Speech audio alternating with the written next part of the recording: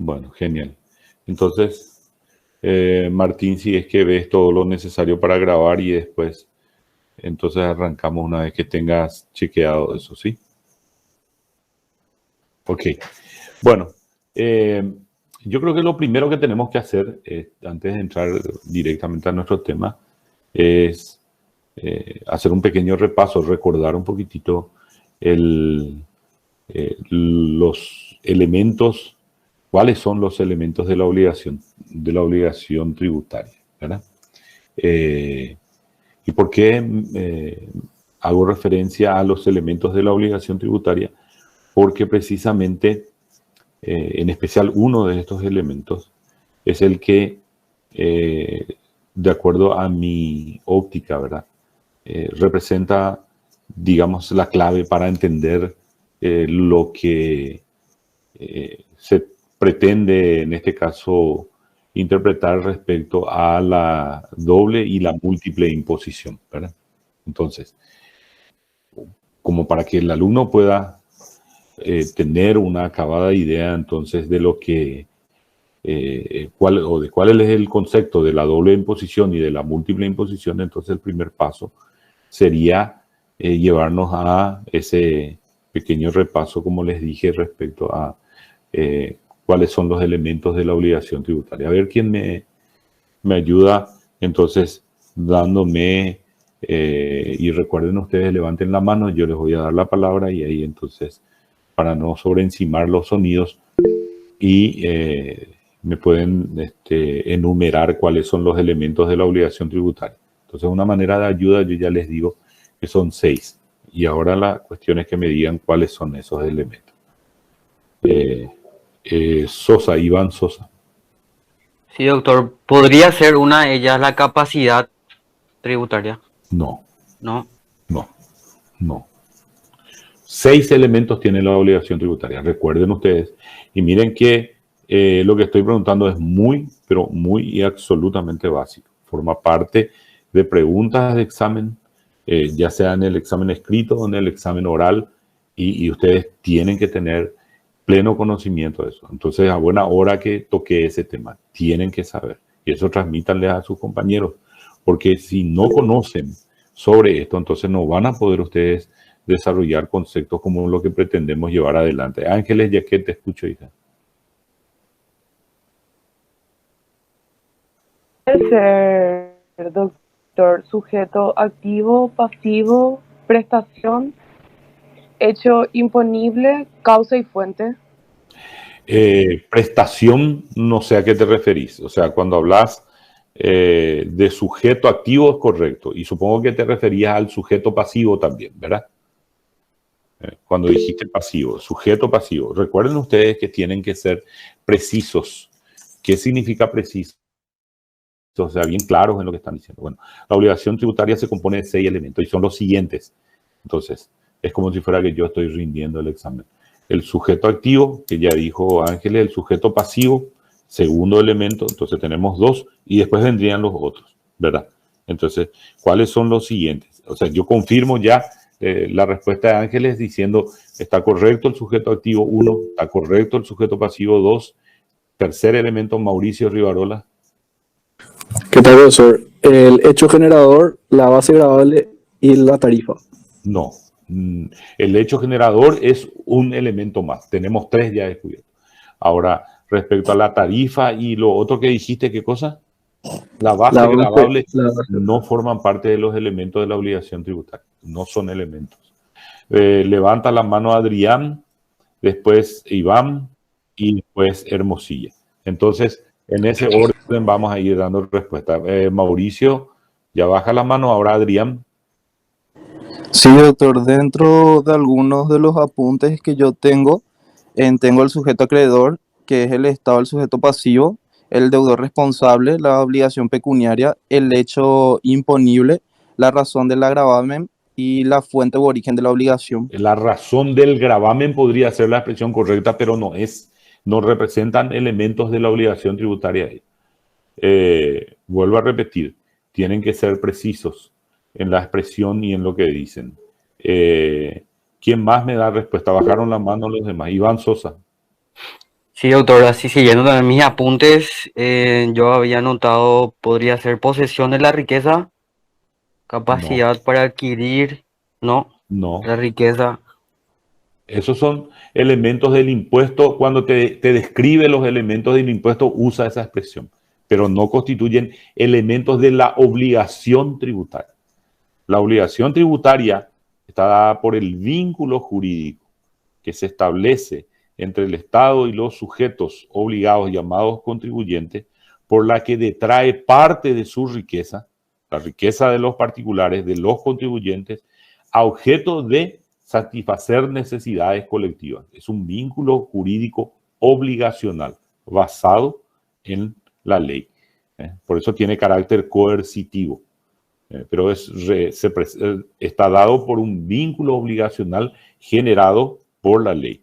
El origen de las obligaciones, en este caso, están dados por los contratos, los cuasicontratos, los delitos, los cuasidelitos y la ley. Esos implican orígenes de las obligaciones en general, y la obligación tributaria tiene un solo origen, que es en este caso por mandato legal, por la ley, ¿verdad? María Aquino.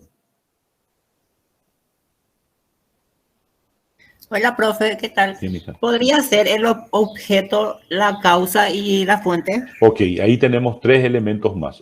Entonces, ¿qué te parece si me sumás lo que ya había mencionado? Dijimos que era el sujeto. Sujeto activo, Ok, 1, 2. sujeto pasivo, Ok, y después decir lo que habías mencionado. el objeto, después. la causa y Ok. fuente. Ok, y la fuente. Y falta 1, porque 5 tenemos ahí. ¿Cuál sería el último? El hecho generador, El hecho generador. Entonces, voy a volver a repetir para que ustedes anoten. La obligación tributaria no es muy complicado, simple es, en términos de apunte. La obligación tributaria se compone de 6 elementos. ¿Cuáles son esos 6 elementos? Y empezamos a numerar. 1, el sujeto activo. 2, el sujeto pasivo. 3, el objeto. 4, la fuente. 5, la causa. Y 6, el hecho imponible o hecho generador. Son los 6 elementos de la obligación tributaria. Y luego se supone que uno puede ir describiendo conceptualmente a cada uno de esos elementos, explicando. Gloria Ramírez, ¿levantaste la mano? Sí, sí, profe. La causa no es lo mismo que el hecho generador, No, mi profe. querida, absolutamente. Son totalmente diferentes. Absolutamente. La causa tiene un concepto y el hecho generador tiene otro concepto. Y ahora voy a explicar cada uno de los elementos de la obligación. Entonces estamos convirtiendo en un repaso a esto.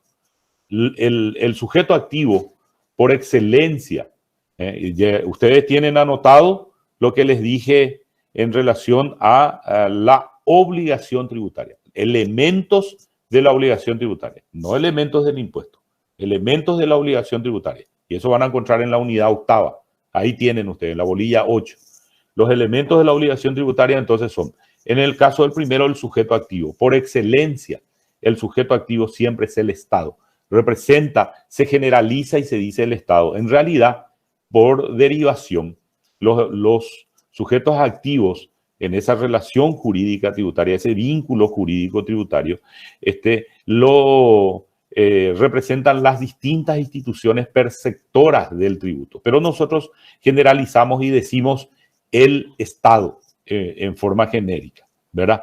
Está dado por las instituciones que forman parte del Estado, en este caso concretamente del Poder Ejecutivo, y que se encargan de la percepción del tributo. Ejemplo, ¿cuáles son los ejemplos de sujetos activos de una obligación tributaria? Y tenemos el caso de la Subsecretaría de Estado de Tributación y sus diferentes direcciones. Se dan cuenta que por decantamiento y por una cuestión jerárquica, entonces empezamos diciendo es el Estado, el Poder Ejecutivo, la Subsecretaría de Estado de Tributación, y si fuera más abajo, las direcciones que se encargan de percibir en la Subsecretaría de Estado de Tributación.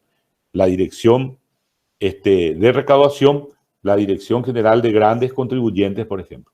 Si nos fuéramos a otra institución, la Dirección Nacional de Aduanas, que tiene autonomía y autarquía, no depende de la Subsecretaría de Estado de Tributación. Es otro organismo perceptor de tributos, porque estamos hablando de la obligación tributaria. Así también tenemos otras instituciones. La propia Facultad de Derecho es un órgano perceptor de tributos. ¿Y cuál es el tributo que pagamos y abonamos de la variedad de tributos? ¿Cuál es el tributo que abonamos en la Facultad de Derecho? ¿Cuáles son o cómo se clasifican los tributos? A ver quién me contesta. Impuestos, tasas y contribuciones. Contribuciones, impuestos, tasas y contribuciones. Y de esas tres figuras, ¿verdad? Que es la clasificación de los tributos. Entonces, ¿qué tributo abonamos en la Facultad de Derecho, por ejemplo? De esos Tasas. tres que mencionó Iván. Tasas. Claro. Entonces, ahí tienen un ejemplo de una institución perceptora de tributos que actúa como sujeto activo, que obliga, que exige el pago de esa tasa. Y ustedes me dirán, ¿y la Facultad de Derecho como perceptor de tributos? Claro, percibe una tasa, ustedes piden un certificado de estudio y les va a cobrar en mesa de entrada para que a ustedes se les pueda pedir ese documento donde dicen qué condiciones académicas están, ya sea terminado la carrera o inclusive parcialmente, porque pueden pedir su certificado de estudio en forma parcial, le van a cobrar una tasa de servicio por la expedición de ese certificado.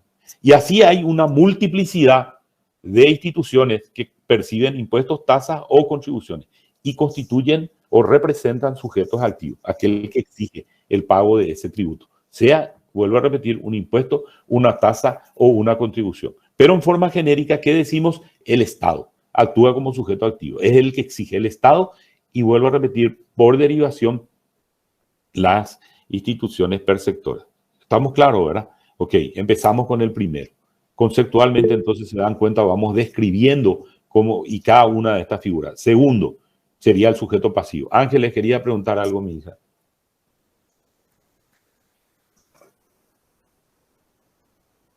Levantaste la mano, Ángeles Yaquel. Se me fue nomás, doctor. Mil disculpas. Ok. Entonces, seguimos entonces. ¿Cuál es el siguiente elemento de la obligación? El sujeto pasivo. Y el sujeto pasivo es conceptualmente el sujeto obligado, a quien se le exige el pago del tributo. Y en este caso, a quien se le exige el pago del tributo, también en forma genérica decimos el contribuyente, ¿verdad? Le denominamos el contribuyente. Un ratito voy a contestar esto.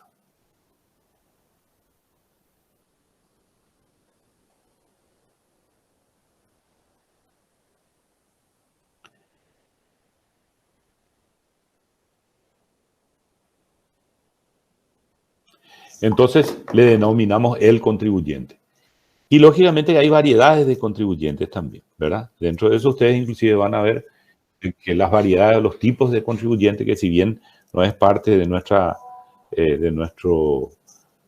curso ahora, eso lo van a dar en la parte de derecho tributario el año próximo, pero también tiene una subclasificación los contribuyentes. De forma genérica decimos el contribuyente, el sujeto pasivo al que le obliga el Estado al pago del tributo en general.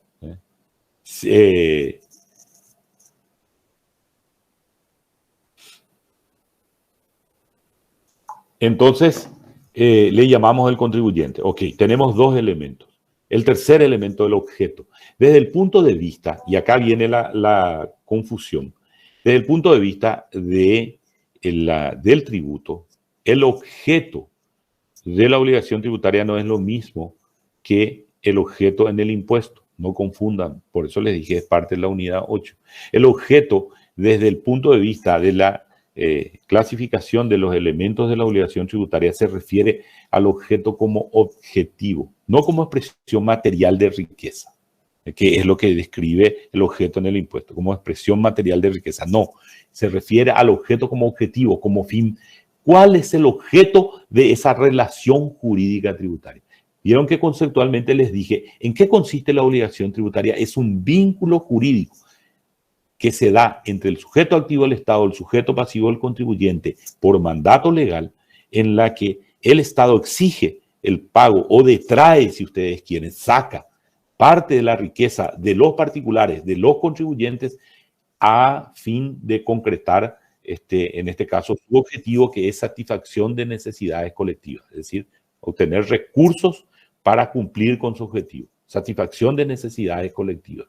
Entonces, observen ustedes que el objeto como fin está dado por esa relación jurídica tributaria. ¿Y qué es lo que se busca en esa relación jurídica? ¿Por qué les parece que se entabló? ¿Cuál es el fin de esa relación, el fin primario de esa relación jurídica tributaria? ¿Por qué la ley estableció ese vínculo jurídico, ese lazo que tiene el sujeto activo del contribuyente entre uno que exige y el otro que es sujeto de exigencia? ¿Qué les parece a ustedes que es la pretensión principal? ¿Qué es lo primero que se busca dentro de ese vínculo jurídico establecido por la ley?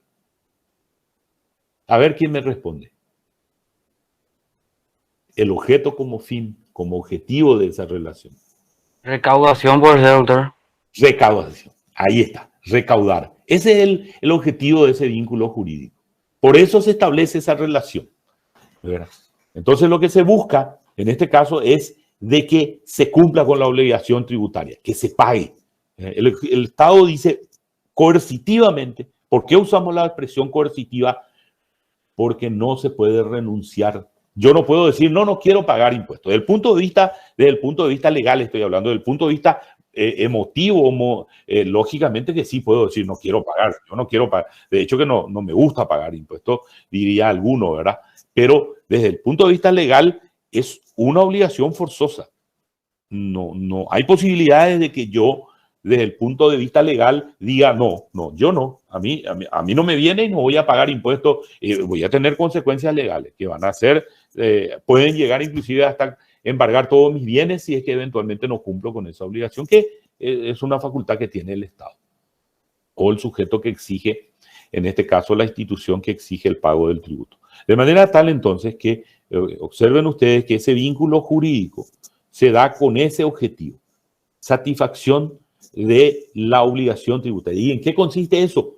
Cumplir con una obligación pecuniaria, como dice la definición del impuesto. Cuando le pidan a ustedes definir el impuesto, dirían, constituye, representa una obligación pecuniaria. ¿Y por qué se dice que es una obligación pecuniaria? Una obligación tributaria de carácter tributario pecuniaria, porque se paga en dinero, se cancela en dinero, excepcionalmente en especies, pero en primera fase se cancela en dinero. Por eso constituye una obligación pecuniaria, por la que el sujeto activo del Estado exige al sujeto pasivo contribuyente por una prestación de servicios de carácter general, una contraprestación o pago. Esa es la definición conceptual del impuesto. Y entonces decimos nosotros que el objeto de esa relación jurídica tributaria, ese vínculo obligacional, es cumplir con lo que se denomina la obligación principal, porque hay obligaciones accesorias. Vuelvo a repetirles también parte de lo que van a dar en derecho tributario el año que viene. Pero no está de más mencionar acá. Y entonces decimos, ¿y esa obligación principal en qué consiste? Pagar, abonar. El objeto es, entonces, el pago del tributo, en este caso. Tenemos ya 3 elementos y 3 definiciones conceptuales. Y ahora nos viene el siguiente elemento, que sería la fuente. Repito, la fuente. Y yo dije que existen dentro de las obligaciones las siguientes fuentes. Se generan las obligaciones a partir de las siguientes fuentes. Los contratos, los cuasicontratos, los delitos y los cuasidelitos. Y la ley como fuente de las obligaciones. Entonces, ¿cuál es la única fuente de la obligación en materia tributaria? Hay una sola fuente. ¿Y cuál es la única fuente en materia tributaria? La ley. La ley. ¿Cuál es el principio en latín que se aplica en materia tributaria? ¿En qué consiste ese principio de legalidad? ¿Cómo dice Antonia? El principio de legalidad. En latín, ¿cómo se expresa ese principio de legalidad? Nullum tributum sine lege. Exacto. Nullum tributum sine lege. Es decir, no hay tributo que no fuera dispuesto por la ley. Principio de legalidad. que es lo que dijo Antonia y que complementó Ángel. No hay tributo que no fuera dispuesto por la ley.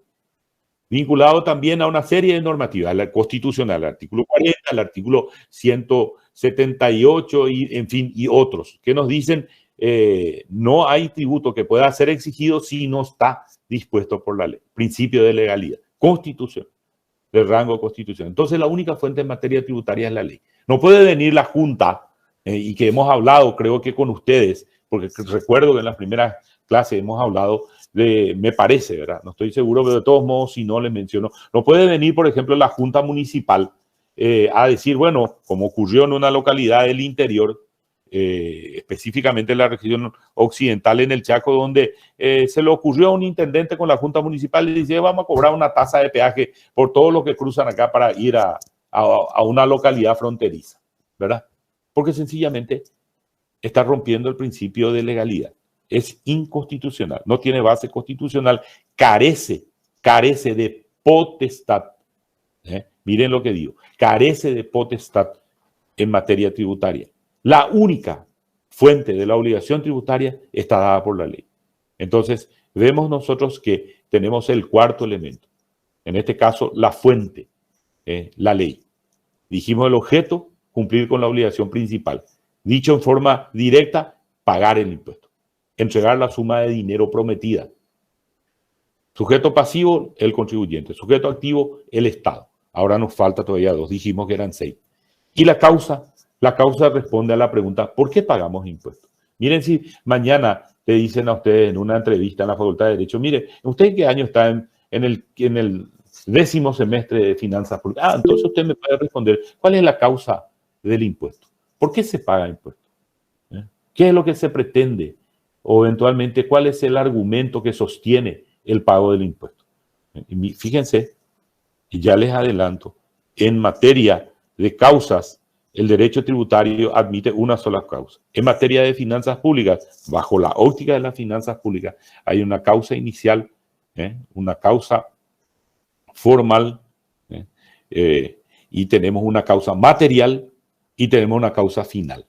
4 argumentos para la causa. De esos 4, el derecho tributario admite uno solo. Pero nosotros en finanzas públicas analizamos y describimos de la óptica de las finanzas públicas, encontramos 4 probables causas de esa obligación tributaria. Causa inicial, causa formal, causa material y la causa final. Entonces, pero responde a esa pregunta que nos hacemos. ¿Por qué? ¿Por qué pagamos impuestos? Y si yo fuera el periodista que les tomo a ustedes en la calle y les digo, futuros abogados, respóndame, ¿cuál es la causa del impuesto? Dicho en forma más simple, le diría, respóndame usted, ¿por qué pagamos impuestos? ¿Qué me dirían?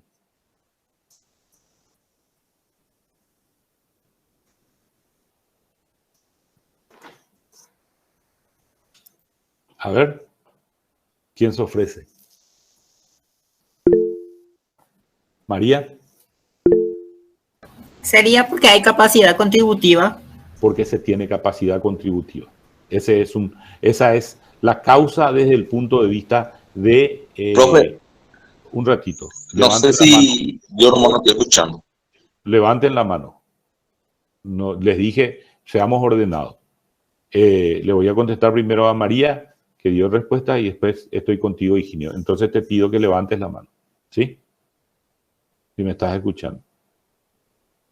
Decía entonces, la causa de la obligación tributaria está dada por la capacidad contributiva. Desde el punto de vista de las finanzas públicas, la capacidad contributiva responde a, en este caso, responde a la causa material.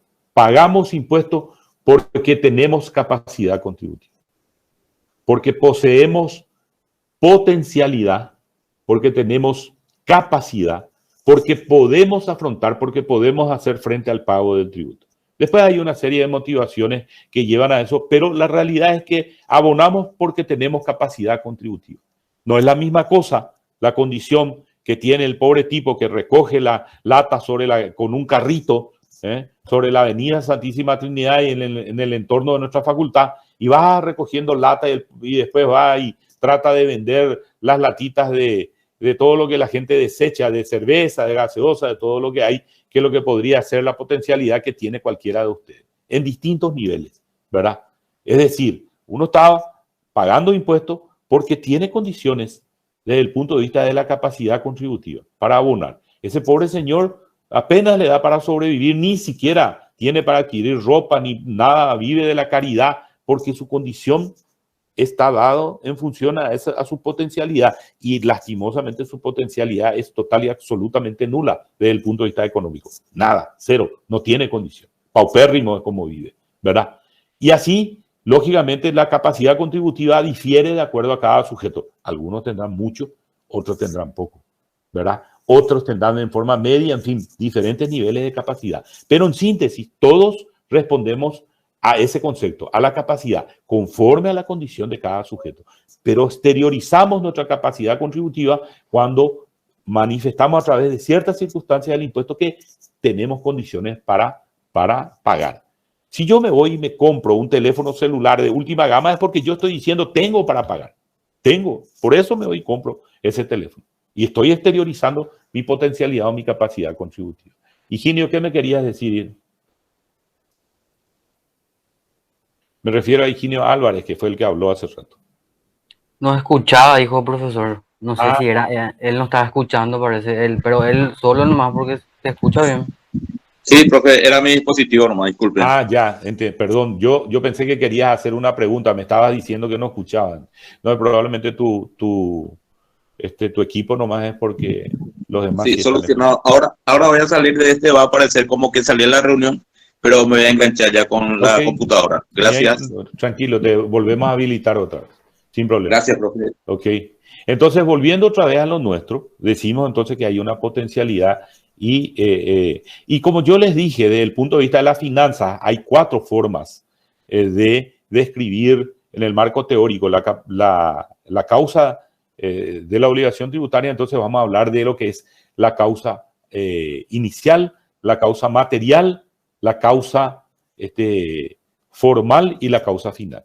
La causa inicial está dada por un estado de necesidad. El Estado también, así como el sujeto necesita para sobrevivir, entre comillas, necesita medios, recursos. ¿Y por qué digo como el ser humano? Y porque ustedes también, y nosotros también, y yo también, desde el punto de vista de mi naturaleza, mi propia naturaleza intrínseca, ¿verdad? Tengo necesidades básicas: comer, vestirme, abrigarme, ¿verdad? En fin, una serie de condiciones de necesidades que representan una causa inicial de por qué preciso ese tipo de recursos, digamos. El Estado también, para sobrevivir, así como nosotros, digamos en forma figurativa, para abrigarse, para tener los medios necesarios de confort, en este caso, vuelvo a repetir, en forma figurativa, comparativa estaríamos haciendo, también necesita medios o recursos. Y eso está dado por la necesidad de recaudar. Entonces, esta sería una causa inicial de por qué pagamos impuestos. Pero así también dice, reconoce la causa material, que es la capacidad contributiva.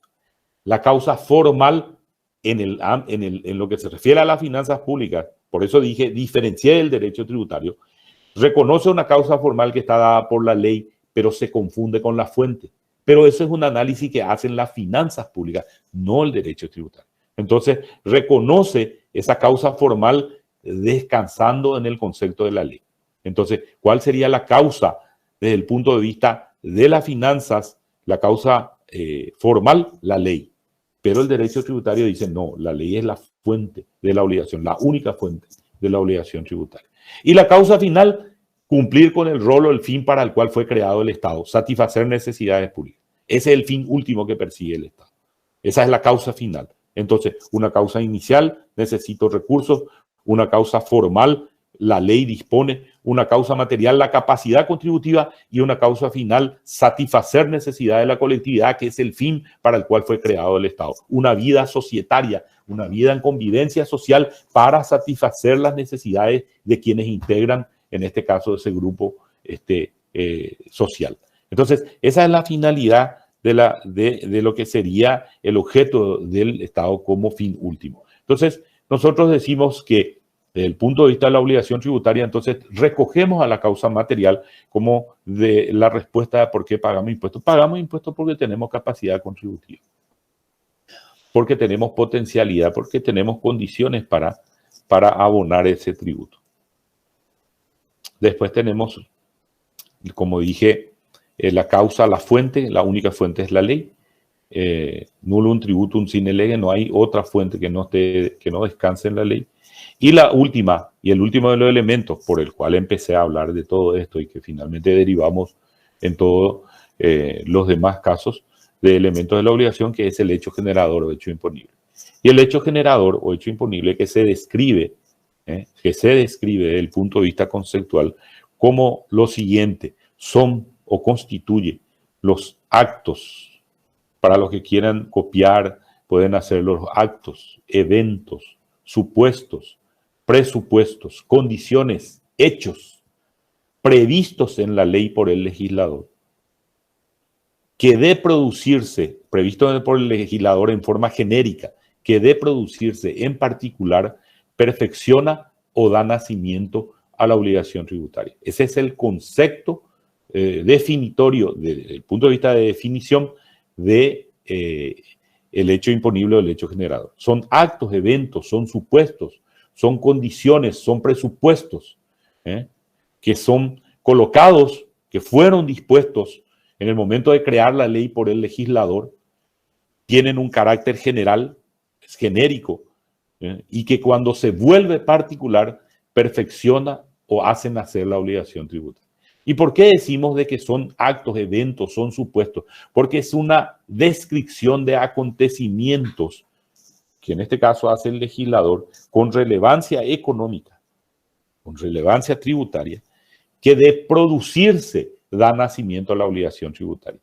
Y esos acontecimientos, esos actos, esos supuestos, esas condiciones, esos presupuestos que se describen en la ley, tienen un carácter general porque no dice María Aquino, ni dice Antonia, ni dice Iván, sino describe en forma genérica.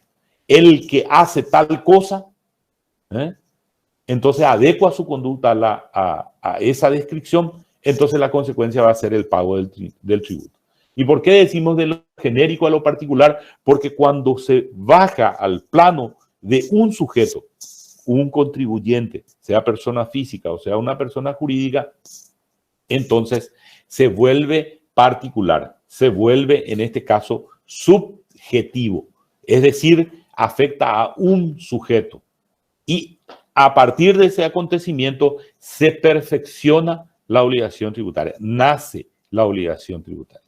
Entonces, el hecho imponible es el acontecimiento, la condición, por eso uso la palabra presupuesto, como condición de un evento, de un hecho, de una acción que la ley describe en forma general, que cuando se produce en particular, es decir, cuando un sujeto adecua su conducta a esa descripción, entonces se perfecciona la obligación tributaria. Ahí le puede decir, ahora María aquí no me tiene que pagar impuestos. ¿Y por qué? Porque usted adecuó su conducta a lo que la ley describe. Por ejemplo, la ley dice, para que yo pague impuesto a la renta personal, ¿qué se tiene que dar? Tiene que obtener renta, ganancia o beneficio a partir de ciertas actividades económicas que voy a desarrollar, en este caso, provenientes ya sea de prestaciones de servicio o de capital que obtenga yo como consecuencia de la realización de esos actos. Entonces ahí, cuando obtengo renta, es cuando se perfecciona la obligación tributaria. ¿Por qué? Porque obtuve ganancia, beneficio o utilidades derivados de esas características. Entonces, ven ustedes que es el concepto de el hecho imponible o el hecho generador. Recuerden todo esto que les estoy diciendo porque es sumamente importante que ustedes sepan esto, ¿no? Ahora bien, escucho, Iván. Sí, doctor. Esa última frase que dijo, cuando hay renta se perfecciona la obligación tributaria. La obligación tributaria. La condición, mi hijo. A ver, si vos te vas al artículo, vamos a buscar un poquitito, voy a ir a algo específico. Si vos te vas al concretamente, por ejemplo, al caso del, vamos a hablar del caso, el primero, que es lo que vamos a tocar más adelante, ¿verdad? Si fueras, en este caso, a lo que representa la ley 6.380, 6.380, Iván, que habla del impuesto a los ingresos, en este caso el impuesto a la renta empresarial, o IRE como le llamamos nosotros, ¿verdad? Entonces, vamos a ver que en el primer artículo nos describe y nos dice cuál es el hecho generador. Si ustedes tienen el material, pueden ir mirando. En el artículo primero de la ley 6.380 del año 2019, que trata sobre el impuesto a la renta empresarial. Cada impuesto, cada tributo, no solamente impuesto, tributo, impuestos, tasas, contribuciones, tiene un hecho generador, tiene contenido un hecho generador. ¿Por qué? Porque describe el acontecimiento. Uno de los elementos que tiene que tener el impuesto es la certeza, es decir, saber por qué yo tengo que pagar impuestos. Yo tengo que saber bien claramente por qué voy a pagar impuestos. Y esa certeza me da la descripción del hecho generador. Y me dice lo siguiente: créase un impuesto a la renta empresarial o IRE, y acá viene la descripción del supuesto, el presupuesto, el hecho, el evento o la condición que se tiene que producir, que da la ley que se tiene que producir, que gravará todas las rentas. Eso es lo que tiene que acaecer, eso es lo que tiene que lograrse. Rentas, beneficios o las ganancias de fuente paraguaya que provengan de todo tipo de actividades económicas primarias, secundarias y terciarias, incluidas la agropecuaria, comercial, industrial o de servicios, excluidas aquellas rentas grabadas por el impuesto a la renta personal. Impuesto a la renta empresarial estamos hablando. Lo que me deja fuera es cuando se obtienen esas rentas producto de la renta empresarial, de la renta personal, perdón. Pero si fuera renta empresarial, entonces me dice la renta, beneficio, ganancia que provenga, en este caso, y que se genere de fuente paraguaya, de actividades económicas primarias, secundarias o terciarias, incluida la agropecuaria, comercial, industrial y de servicio. Esa es la condición. Entonces, ¿qué yo tengo que lograr para que pueda pagar impuesto a la renta? ¿Qué tengo que obtener para que deba abonar el impuesto a la renta empresarial? ¿Qué es lo que tengo que obtener?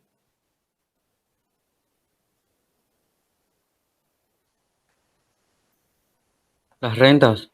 Rentas. Y vamos a usar otro término, beneficios o ganancias.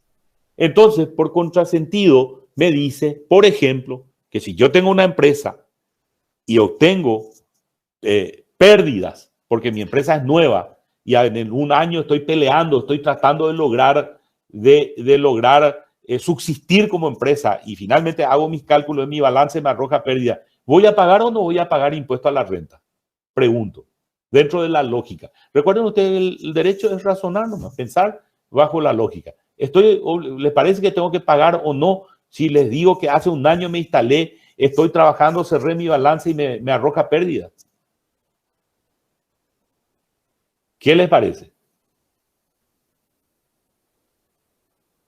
¿Debo o no debo abonar impuestos? Les vuelvo a repetir, en el ejemplo que estoy preguntando. Hace un año me instalé, trabajé todo un año. ¿Por qué? Porque el cierre del ejercicio, les cuento, es al 31 de diciembre. Ahí es donde cierro yo mi balance. Y finalmente mi balance me dice, mire, señor caballero, usted tiene pérdida. Es una forma de expresar, ¿verdad? En números, evidentemente, salta eso. ¿Verdad? ¿Qué les parece? ¿Debo o no debo abonar impuesto a la renta? ¿Qué pasó? No sé si debe o no debe. No, y yo estoy preguntando, no que me digan no sé. Entonces, la pregunta es, ¿debo o no debo abonar? No, sí debe abonar, pero no puede. Bueno, si hay pérdida en el balance, no hay forma de... ¿Y acaso, perdón, buenas tardes, y acaso ya no se abona igual el impuesto pagando IVA en todas las compras que hace el comerciante No, o la persona? El impuesto al valor agregado es un tipo de impuesto. Sí. Y justamente ahí está la relevancia del hecho generador. No crean ustedes que existe un solo tributo. Son distintos acontecimientos, distintos hechos, distintos eventos que la ley describe que deben ocurrir para que yo pague impuestos. El hecho generador del IVA es totalmente diferente al hecho generador que está previsto en el impuesto a la renta empresarial. Y yo les dije, vuelvo a repetir, voy a leer otra vez de nuevo. Voy a leer y en base a eso ustedes van a razonar. Dice, créase un impuesto a la renta empresarial que grabará significa va a aplicar impuestos a todas las rentas, beneficios o ganancias de fuente paraguaya. Ahí nomás me voy a quedar. Y si yo tengo pérdida, ¿les parece que debo o no abonar impuesto a la renta? No, profesor. ¿Por qué? Y porque se graba los beneficios, las ganancias. ¿Y yo qué pasó conmigo? Tuvo pérdida. Tuvo pérdida. ¿Se dan cuenta que es pura lógica? No es difícil, es interpretar sencillamente. Por eso volvemos otra vez al concepto del hecho generador. ¿Qué dije que era? Son hechos, eventos, supuestos previstos por la ley. En la ley por el legislador, con carácter genérico, dice el que obtenga renta, no dice Marco Caballero Giret si obtiene renta. Que cuando se vuelve particular, Marco Caballero Giret tiene una ferretería, entonces hacen hacer la obligación tributaria. ¿Y cuál sería la condición? Que Marco obtenga renta, beneficio o ganancia. Entonces, si Marco Caballero tuvo pérdida en su balance, no puede haber impuesto a la renta porque no está previsto en la ley un impuesto a las pérdidas. ¿Me entienden? Es la condición que se tiene que dar es ¿qué cosa? Que obtenga renta, beneficio o ganancia. No existe el hecho generador, doctor, entonces, ¿verdad? Claro que existe. O sea, en el caso de la pérdida, no es que no existe el hecho generador. No se dio la condición prevista en el hecho generador. No, es que no exista el hecho generador. No se dio la condición prevista en el hecho generador. Les voy a dar un pequeño receso. Voy a cerrar mi cámara y mi sonido y vengo enseguida. Voy a hacer una cosita y mientras tanto ustedes piensan y pueden interactuar entre ustedes también. Después, María, te doy, no bajes la mano, te doy la palabra. ¿Sí?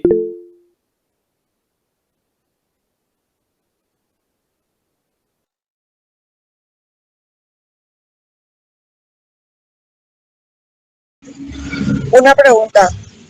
No, acá nomás. ¿Qué hora empieza el lunes el congreso allá en el paseo? Alguien me dice por fin, porque no le ve y le hace mensaje fuera. Hola. ¿A qué hora? Ah, bueno. Gracias.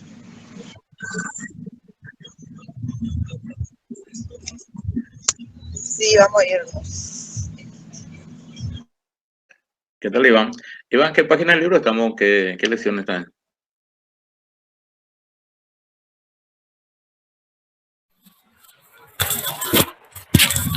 A mí me preguntaba, ingeniero. Sí, señor. Y el profesor está repasando prácticamente unidad 8, por lo que entiendo, pero hoy era unidad 17.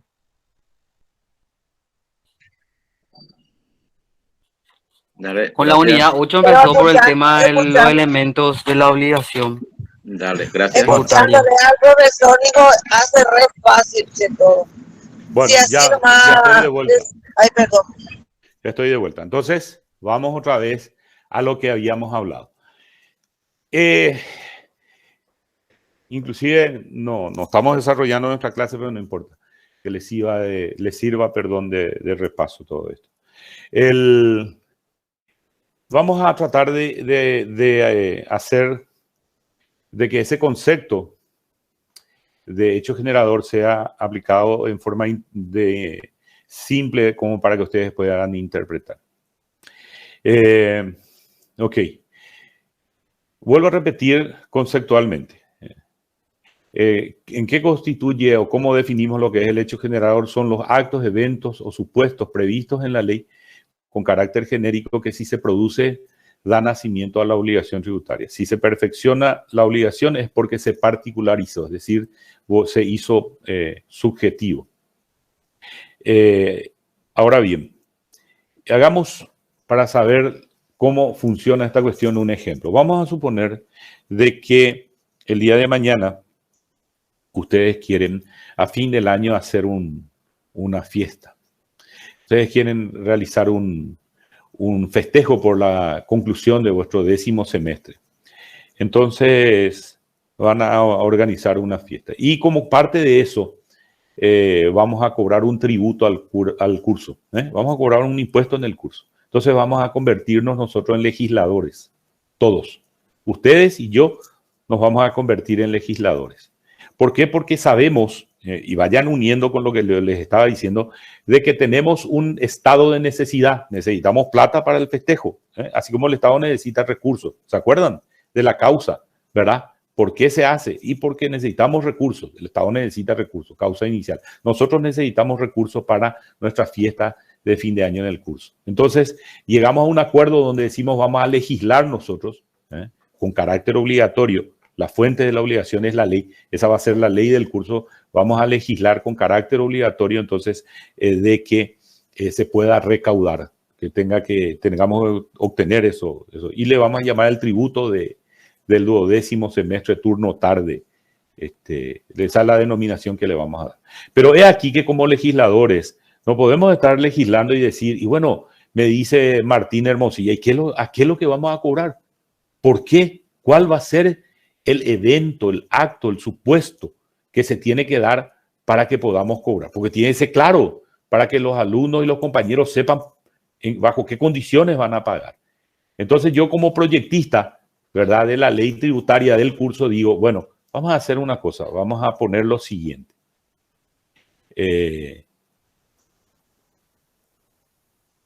Según nuestra ley, todo alumno del 10º semestre matriculado en el 10º semestre, en la materia de finanzas públicas, que asista y participe de la clase, estará obligado al pago de la suma de 50.000 guaraníes, cuyo destino tendrá en este caso el fin o el objetivo de la fiesta que vamos a tener en el curso. Vuelvo a repetir, entonces ese va a ser el hecho, el evento, el acontecimiento, el supuesto que se tiene que dar. Todo alumno del 12º semestre, matriculado en el 12º semestre, que participe de la clase de finanzas públicas, entonces estará obligado al pago de 50.000 guaraníes. Y como consecuencia de ello, entonces le decimos a Iván que va a ser el tesorero. ¿Y qué hace Iván? Viene a exigir el pago del tributo. Y le pide a Higinio, le pide a Martina, a Mariela, a Ángeles, a María, a Antonia, a todos va y le dice, bueno, ahora yo como tesorero, y lógicamente él también está afectado, tengo que recaudar y pagar, cobrar el impuesto. Y también viene y me dice a mí, el doctor Caballero me dice, doctor, usted le pedimos que por favor abone los 50.000 guaraníes. Y entonces yo le pido a Martín y le digo, mire Martín, el hecho generador de lo que habíamos legislado en el curso, me gustaría que usted me repita, y tengo entendido de que yo no estoy encuadrado, no me afecta. Los penalistas dicen no subsume, dice, ellos les gusta usar esa expresión, porque es muy parecido a la tipificación del derecho penal, por no decir idéntico, ¿verdad? Lógicamente cada uno en su campo. Entonces yo le digo, me da la impresión de que mi caso no está previsto dentro del hecho generador, no forma parte del hecho generador. ¿Por qué no me repite otra vez, Iván, cuál es el hecho, el acontecimiento que se había legislado como el hecho imponible en el caso de nuestra ley del curso? ¿Y qué me dirías, Iván, entonces? Repetir lo que yo dije como proyectista, ¿te acordás? Doctor, te escuché hasta la mitad. Mil disculpas porque le estaba atendiendo a mi hijo. Tienen que prestar atención en la clase. Usted dijo los alumnos del 10º semestre. Matriculados, dije. Matriculados. O sea que usted, y palabras textuales no recuerdo, pero es más o menos lo que entiendo, que usted no estaría dentro de eso porque usted es el profesor y no el alumno. Así mismo, se dan cuenta. Entonces, ¿qué es lo que hace? Cuando el sujeto se encuadra dentro de la descripción de la ley, de lo genérico se vuelve particular. Y en el caso mío le diría a Martín, no, a mí no me tenés que cobrar, Martín, porque yo soy profesor, yo no soy alumno. Ustedes dijeron el alumno del 12º semestre que participe de la clase de finanzas públicas, matriculado y que participe. Y puede ser que venga también Higinio y resulta que vamos a suponer que Higinio no está en el 10º semestre, pero le gusta tanto mi clase, él está en el 12º, ya está en el último año está. Y tanto le gusta mi clase que él dice, no, yo me voy a escuchar otra vez la clase del profesor. Y viene y entra al curso. Y Higinio le dice también, Iván, tenés que pagar. Y le dice Higinio, no, yo soy alumno del 12º semestre. Yo no soy alumno del 10º semestre. Yo estoy acá como oyente, participando como oyente simplemente en la clase. Entonces, no estoy dentro de la descripción del hecho imponible. A eso se refiere. Cada tributo describe un acontecimiento, un evento, un supuesto que se tiene que producir, que tiene que acaecer. Y a eso se refiere el concepto de hecho generador. Entonces, ven ustedes de que es tan importante que define la diferencia entre pagar o no pagar el impuesto, de estar o no comprendido, estar o no afectado por un tributo. Entonces, es el último de los elementos y que tiene una vital importancia entender para que ustedes puedan eventualmente saber también la diferencia que existe entre doble y múltiple imposición. Pero ahora espero que les quede claro, por lo menos que puedan ya tener conceptualmente la definición. Y de paso también van a ver la importancia de asistir a clase. Yo la otra vez, y ahora sí les voy a reprochar, me estaban diciendo, Martín, de que tuvieron no muy buen examen, por no decir malo, pero ven la consecuencia de por qué se produce eso.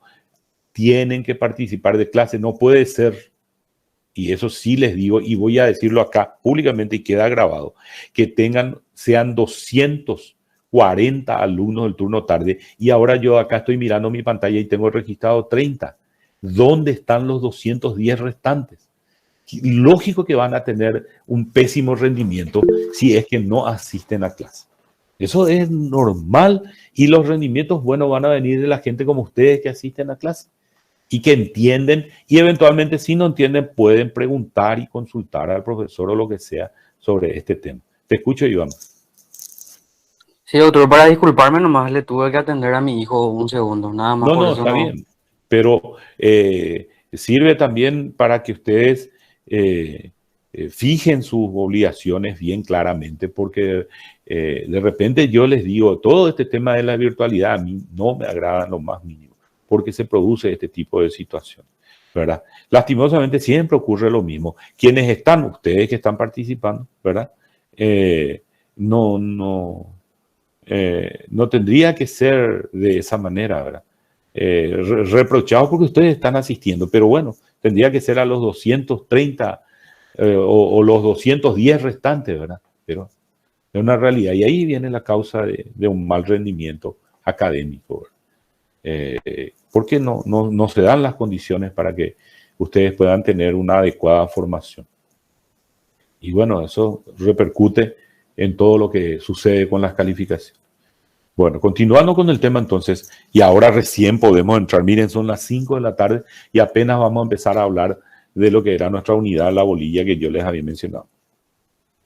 ¿Qué se entiende por doble imposición? ¿Qué se entiende por doble imposición? Está dado por lo siguiente, desde el punto de vista muy simple, se diría de que es cuando a un mismo sujeto le afecta un mismo impuesto. Es decir, cuando a un mismo sujeto le afecta, pero no llega a ser tan simple. Hay elementos que tienen que coincidir para que se produzca la doble imposición, que es el problema que se dio recién con una, que no recuerdo el nombre de quién, pero sí era una dama, una chica que preguntó, me dice, ¿acaso no pagamos IVA ya y con eso pagamos todo? No, porque cada impuesto, vuelvo a repetir, cada impuesto tiene un acontecimiento, un hecho, un evento diferente que describe en la ley por el cual el sujeto está obligado al pago del tributo. Y eso hace de que no necesariamente el hecho de que yo tenga que abonar distintos impuestos represente una doble imposición o doble tributación. Los requisitos que se tienen que dar están dados por lo siguiente. Para que se configure la doble imposición es necesario que afecte a un mismo sujeto el impuesto el tributo sea exigido por una misma autoridad administrativa, que recaiga sobre un mismo objeto, en este caso como exteriorización material de la riqueza sobre un mismo objeto, no desde el punto de vista de la obligación, sino de los elementos del impuesto, desde el punto de vista real sobre un mismo objeto, ¿verdad? Y por un mismo hecho generador. Fíjense los 4 elementos que mencioné. Un mismo sujeto pasivo que le afecte la obligación por parte de una misma autoridad o diferentes autoridades administrativas. Cuando yo hablo de autoridad, estoy refiriéndome al sujeto activo, el que le exige el pago del tributo, por un mismo objeto y por un mismo hecho generador. Entonces sería de la siguiente manera, llevando al plano del ejemplo, para que se dé la figura de la doble imposición es necesario que sea sobre un mismo sujeto pasivo, un mismo contribuyente. Marco Caballero Giret es el contribuyente. Que exija una misma autoridad o distintas, porque puede ser una o varias autoridades administrativas. En los países federales, eso van a encontrar en ejemplo ahí en el libro que les habla de la legislación comparada. Hay países federales, el nuestro es unitario, dentro de nuestra organización política. La organización política de varios países son países federales, la Argentina o por ejemplo el caso del Brasil. Existen diferentes autoridades administrativas que pueden exigir y que en el caso de ellos, por su norma constitucional, inclusive es admitida la doble imposición porque lo admite la Constitución de su país. En el caso nuestro, no, porque está prohibido. El artículo 180 de la Constitución prohíbe expresamente la doble imposición, la aplicación de la doble imposición. Entonces, volvemos otra vez al caso. Dijimos que es un mismo sujeto pasivo que está afectado o exigido por una misma autoridad o varias o distintas autoridades administrativas sobre un mismo objeto y por un mismo hecho generador. De manera tal que se tiene que dar esas condiciones. Es decir, en el ejemplo que había dicho, Marco Caballero es el contribuyente y resulta que le exigen 2 autoridades administrativas diferentes. Por ejemplo, le exige la Municipalidad de Asunción, suponiendo que exista un impuesto a los réditos municipales. Y a la vez le exige también la Subsecretaría de Estado de Tributación a lo que podríamos denominar nosotros impuesto a la renta empresarial o IRE, que es el que acabamos de mencionar.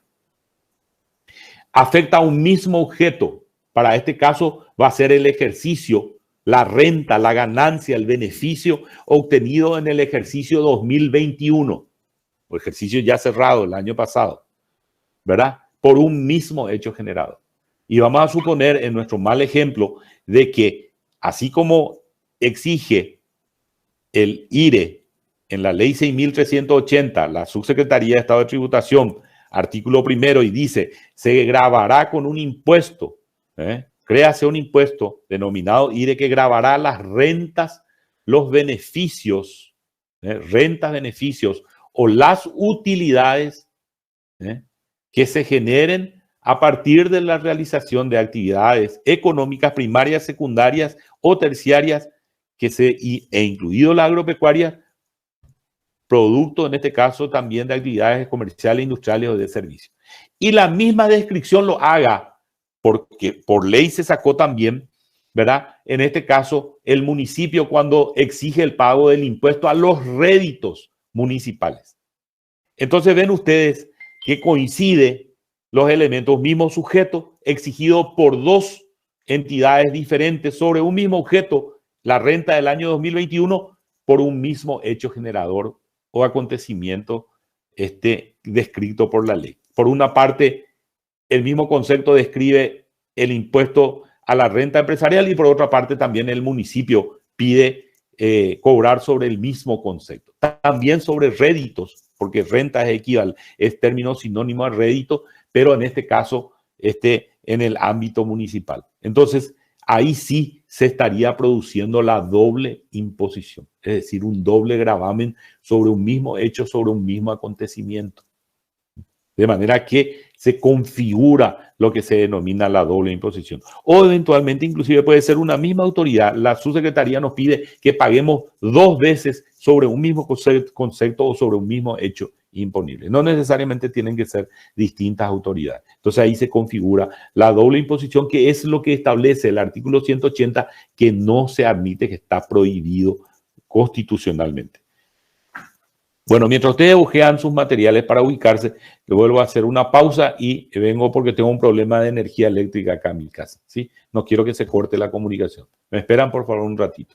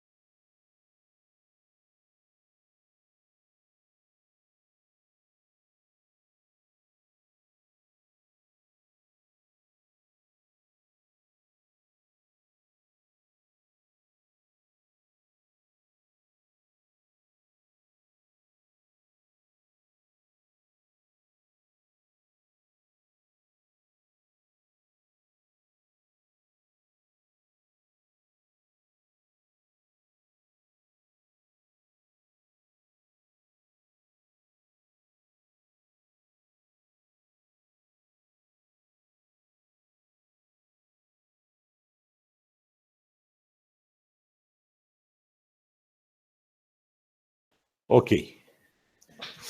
Bueno, entonces de vuelta, vamos a continuar y seguimos con lo que es el concepto entonces de doble imposición. Ese es el requisito, son las condiciones que se establecen para que se produzca la doble imposición. Es decir, debe existir afectación de un mismo sujeto pasivo por un mismo objeto, donde 2 o más autoridades administrativas o sujetos activos exigen al sujeto pasivo por un mismo hecho imponible o acontecimiento similar previsto en la ley. Por eso que hay que distinguir lo que es eventualmente la multiplicidad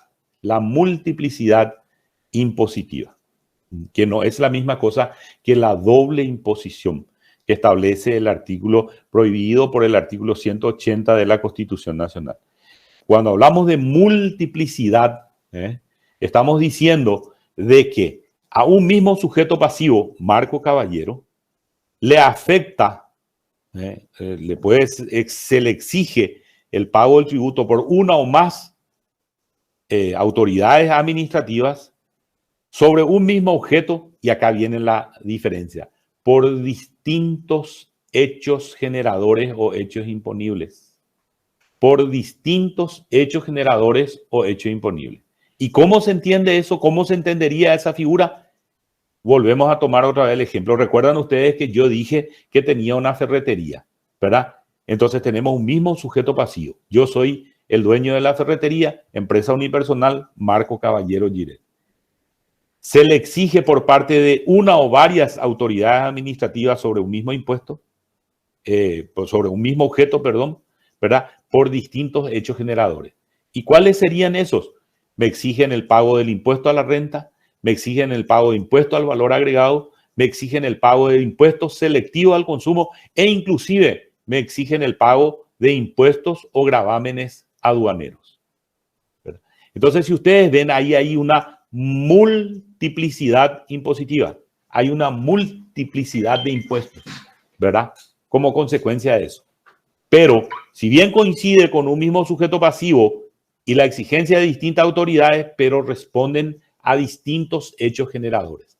Porque, así como el impuesto a la renta empresarial, dimos la descripción de lo que implica ese impuesto, si ustedes van al artículo 80 de la ley, en este caso 6.380, van a ver que describe el acontecimiento o el hecho generador del impuesto al valor agregado. ¿Y qué dice? Se gravará con el impuesto al valor agregado los siguientes acontecimientos: enajenaciones de bienes, prestaciones de servicios, excluidas las de carácter personal, prestados en relación de dependencia y la importación de bienes.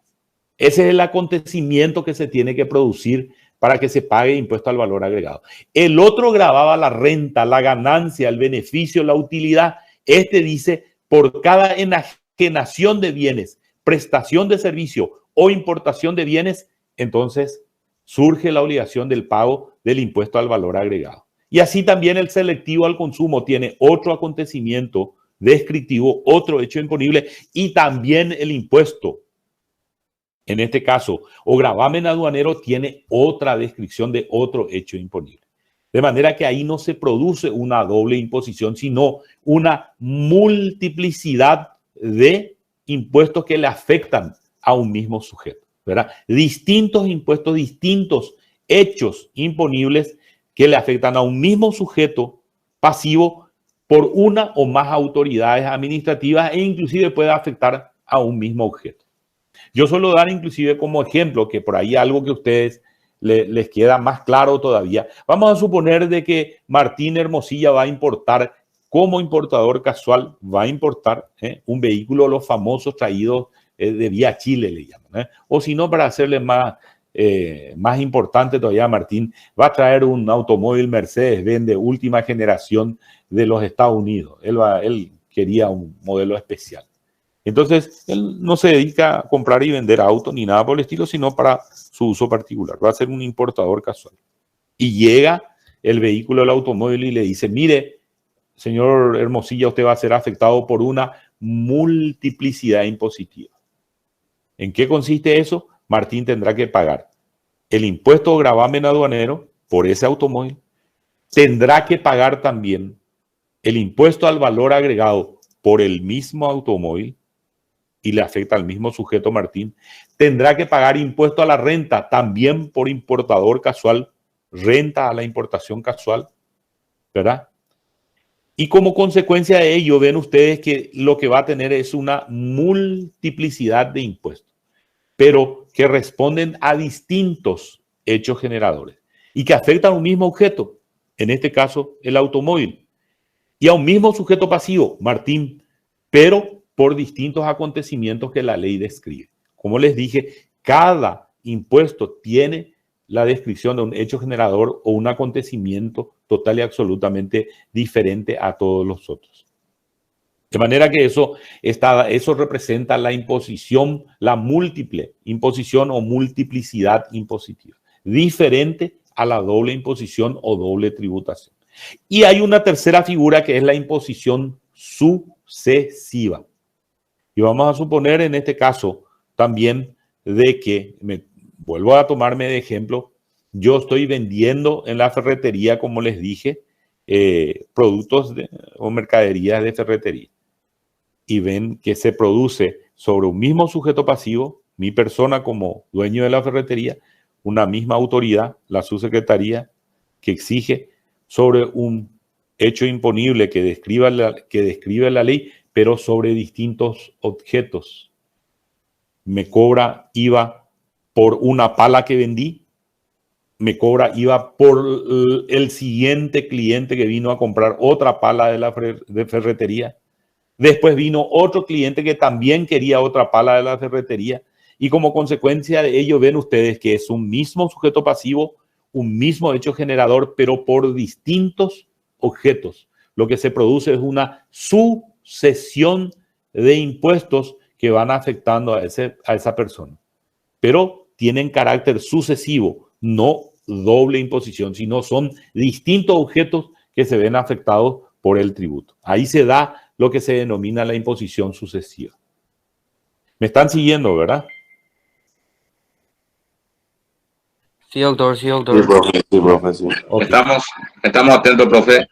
Entonces, para que ustedes vayan entendiendo, por eso son distintos conceptos y a eso me refería cuando les dije es necesario que ustedes tengan la definición bien clara de lo que es el hecho generador porque constituye la base, en este caso, digamos, el elemento que les permitirá a ustedes de alguna manera poder interpretar correctamente todo lo que hace a este concepto. Después nosotros vemos de que también se puede dar esta circunstancia en lo que se refiere a la doble imposición denominada la doble imposición de carácter internacional, ¿verdad? Entonces, recuerden ustedes que, como les dije, la clave está en ese artículo 180 de la Constitución Nacional que dice, no podrá ser objeto de doble imposición el mismo hecho generador de la obligación tributaria. En las relaciones internacionales, el Estado podrá celebrar convenios que eviten la doble imposición sobre la base de la reciprocidad. Y la pregunta es, ¿por qué a nivel internacional sí y por qué a nivel nacional la Constitución prohíbe y sin embargo a nivel internacional lo admite o tolera la doble imposición? ¿Qué les parece? ¿Cuál sería la respuesta a esa pregunta? ¿Por qué a nivel nacional taxativamente y concretamente dice no podrá ser objeto de doble imposición un mismo hecho generador? Sin embargo, a nivel internacional admite. Acá en tu pieza. Por los convenios tratados, doctor. No. Ratificados. No. No. No. Acá te está diciendo, voy a leer otra vez nuevo. En las relaciones internacionales el Estado podrá celebrar convenios que eviten la doble imposición.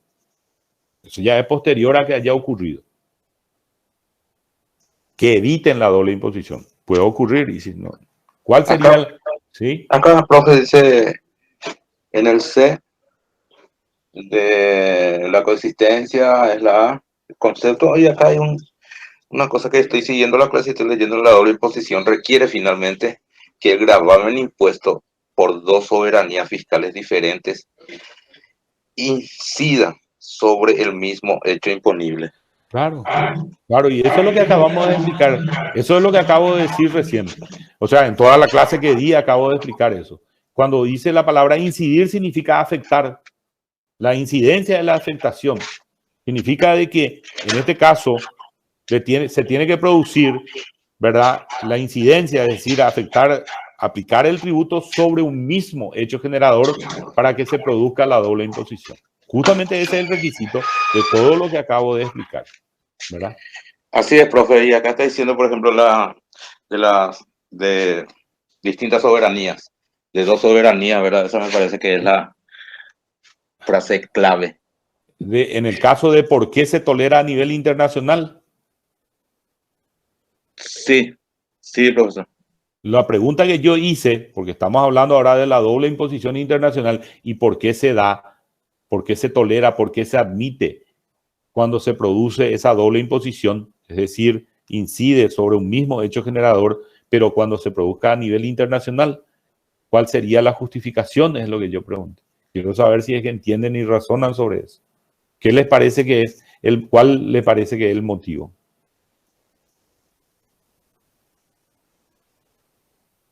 De razonamiento no sé, pero acá tengo escrito. ¿Puedo leer? Sí. Acá dice, voy a leer completo el C. El mismo hecho imponible. La doble imposición requiere finalmente que el gravamen impuesto por dos soberanías fiscales diferentes incida sobre el mismo hecho imponible. Sí, pero vuelvo, Higinio, vos me estás hablando de doble imposición, yo estoy hablando a nivel internacional, estoy preguntando por qué el artículo 180 admite a nivel internacional. Ya hablamos del concepto de doble imposición, ya definimos lo que es. Ahora la pregunta es por qué básicamente a nivel internacional se admite. ¿Cuál sería el motivo? Iván.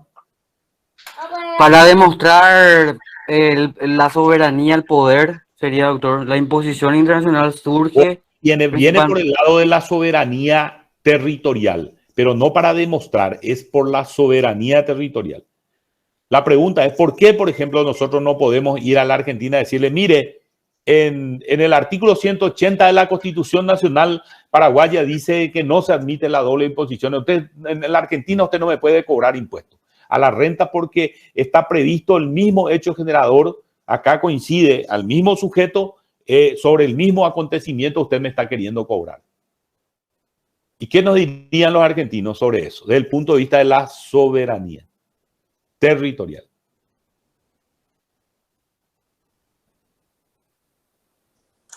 Porque tenemos diferentes legislaciones. Porque tenemos ¿Y qué implica desde el punto de la soberanía territorial? Significa de que la soberanía territorial del Paraguay, ¿hasta dónde llega? Hasta los límites territoriales. Hasta los límites territoriales del Paraguay. El argentino te va a decir, y aquí, a mí qué me importa, te va a decir. Usted está en la Argentina, acá la Argentina es soberana. La Argentina tiene soberanía territorial sobre todo lo que es su territorio. Nosotros legislamos para nosotros.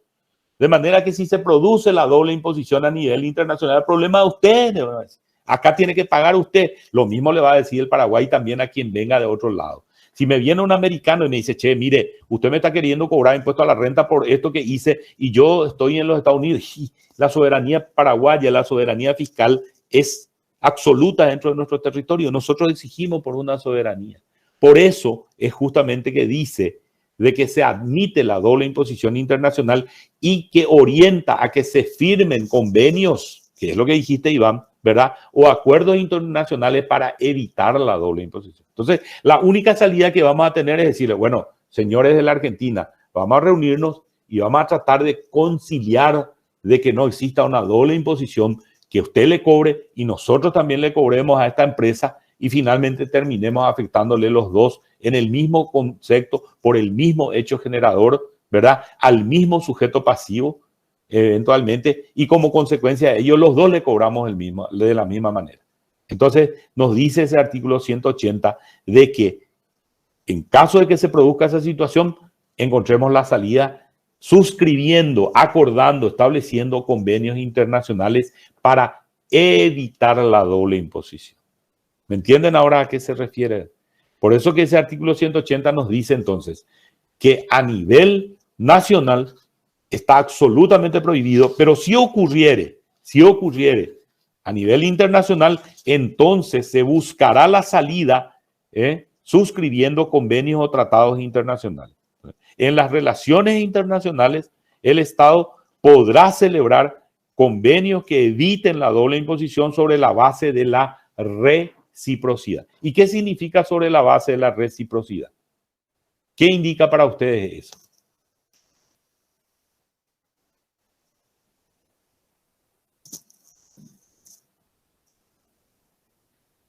¿Qué entienden por reciprocidad? Por reciprocidad entendemos igualdad. Reciprocidad, igual oportunidad. Más que oportunidades, la reciprocidad encierra un concepto mucho más sencillo que oportunidades.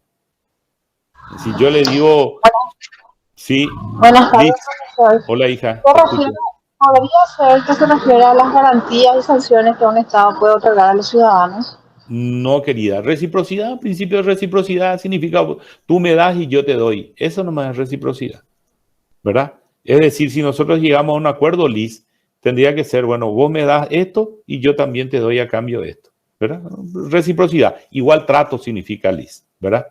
Entonces, lo que dice acá es que esos convenios se van a basar en el principio de reciprocidad. ¿Qué significa? Que vamos a firmar un acuerdo donde decimos, bueno, Liz, llegamos a un acuerdo para evitar la doble imposición. Entonces, yo voy a ceder dándote tales beneficios y vos me vas a ceder dándome tales beneficios. Pero un acuerdo contractual donde ambas partes ceden y se ofrecen mutuamente, ¿verdad? De acuerdo a las voluntades, de manera cesiones o concesiones, si quieren, también pueden ser concesiones, de manera a llegar a un acuerdo contractual, ¿verdad? Porque es un contrato, quieras o no, es un contrato de carácter internacional entre los países. Entonces vamos a decir, bueno, listo, si es que eventualmente se produce doble imposición a nivel de ciudadanos sobre empresas o ciudadanos argentinos y paraguayos, vamos a encontrarle esta salida. Vamos a firmar un acuerdo para que venga igual trato que se le pueda dar en esas situaciones a los ciudadanos de tanto de uno como otro país.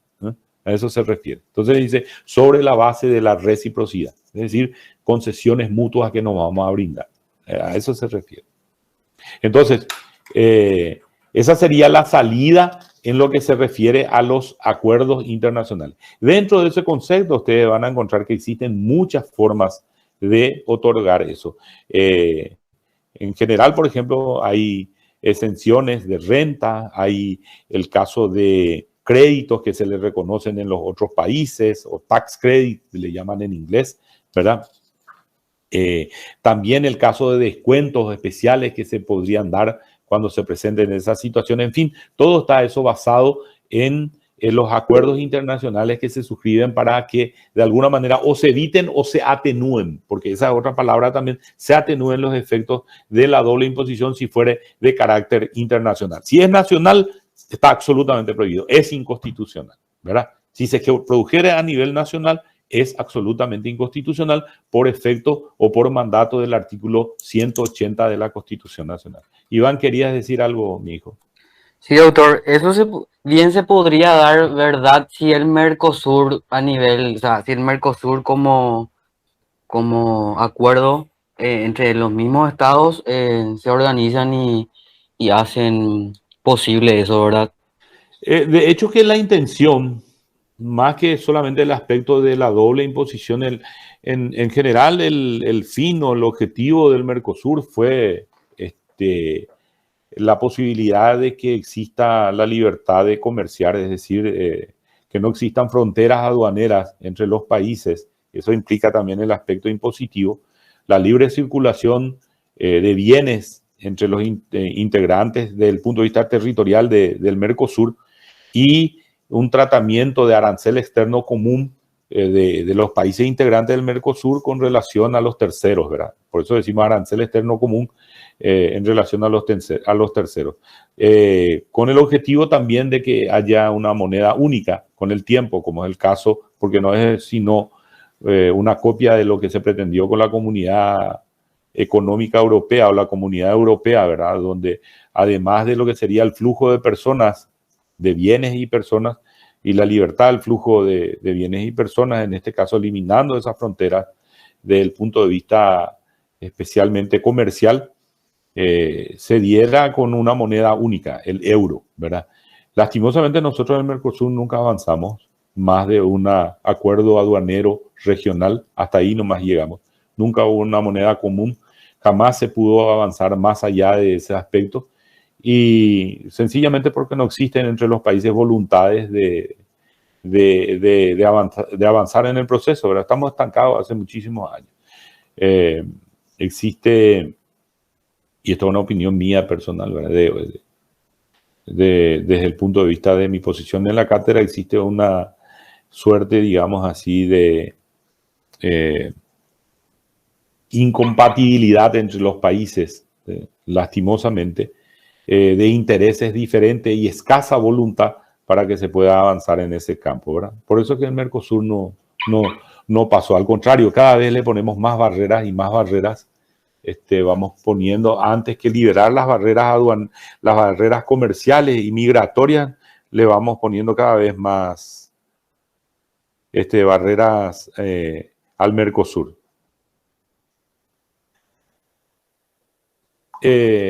Quizás esa sea y como te digo, una suerte de egoísmo entre los países integrantes del Mercosur que no permite un avance real dentro de todo ese proceso, ¿verdad? Imagínense ustedes, desde 1992 prácticamente hasta la fecha, poco y nada cambió, al contrario, inclusive con pretensiones ya de negociar cada uno en forma separada con países terceros o mercados inclusive diferentes, ¿verdad? Y que hacen de que no se pueda tener un avance específico. Yo creo que más bien por ahí viene la cosa. No hay una voluntad de integración, eso es lo que quería decir. No se tiene esa voluntad integracionista, por lo menos no como llegaron a avanzar los europeos, ¿verdad? Y quizás por la propia inestabilidad política de todos los países que formamos parte del Mercosur y en fin, eso hace de que, y lógicamente el aspecto cultural también hace de que no podamos coincidir en ideas, por lo menos nunca avanzamos más de lo que tenemos hasta ahora. Así es. O sea que somos menos serios hacia acá. Sí, si querés decirle así, el latino tiene su particularidad, latinoamericano, ¿verdad?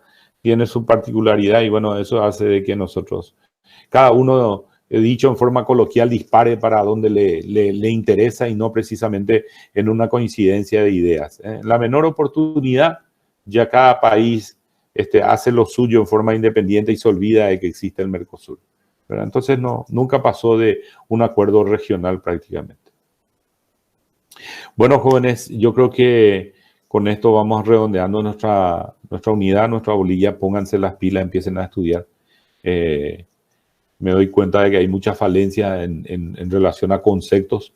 Dentro de poco tenemos ya otra evaluación, así que no dejen pasar el tiempo y háblenle a sus compañeros, ¿verdad? Y eso te lo digo, Martín, y que como dije, queda registrado acá. No es posible, mi hijo, que sean ustedes 240 y en este momento yo tengo 22 alumnos que están en línea, de los cuales no sé ni si los 22 están atentos realmente en línea, pero lamentable eso. No tendría que ser de esa manera. Y después exigen, vos pones la cara, me pedís cosas, como docente estoy hablando, y en realidad el rendimiento de tus compañeros es paupérrimo como consecuencia de este problema. 22 alumnos en línea supuestamente dando clase y después me aparecen en el próximo examen 3 aulas y 240 alumnos, y eso no tiene sentido. Entonces, lógico, mi querido Martín, y para tu compañero, que creo que es apellido Lescano, el otro delegado también, el resultado va a ser un resultado negativo, porque hay alumnos que ni siquiera tienen idea de lo que es la clase. Se dedican a cualquier otra cosa menos a lo que realmente interesa, que es que debería de interesarle a ustedes, que es la cátedra, ¿verdad? Y estas son las oportunidades donde ustedes pueden interactuar con el docente, preguntar y hacer todo lo que serían las dudas eventualmente de toda esta cuestión. Bueno, Adriana Bogarín, quiero que al que le llamo se presente con su cámara conectada para verle. Adriana Bogarín. Presente, profesor. Ok, Adriana. Agustina Amarilla. Agustina Amarilla, ahí le estoy viendo, señora. Presente, presente. Sí. Alan Torres.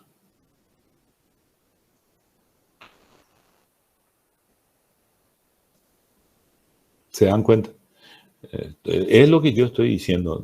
Es otra vez, inclusive de los 22, es simplemente cumplir con el protocolo de estar, ¿verdad? De estar conectado, sin asistir a clase, sin entender la clase. Profe, una pregunta, no sé si sería, ¿va a ser con usted otra vez la próxima clase? Yo creo que sí, yo voy a estar otra vez el lunes, seguro que va a ser conmigo otra vez.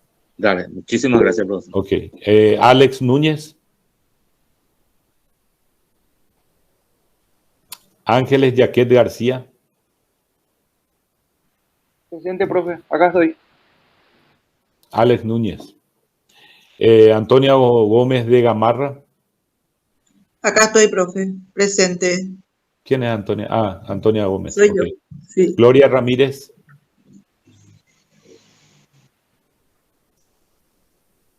Elenice Ramírez Vareiro.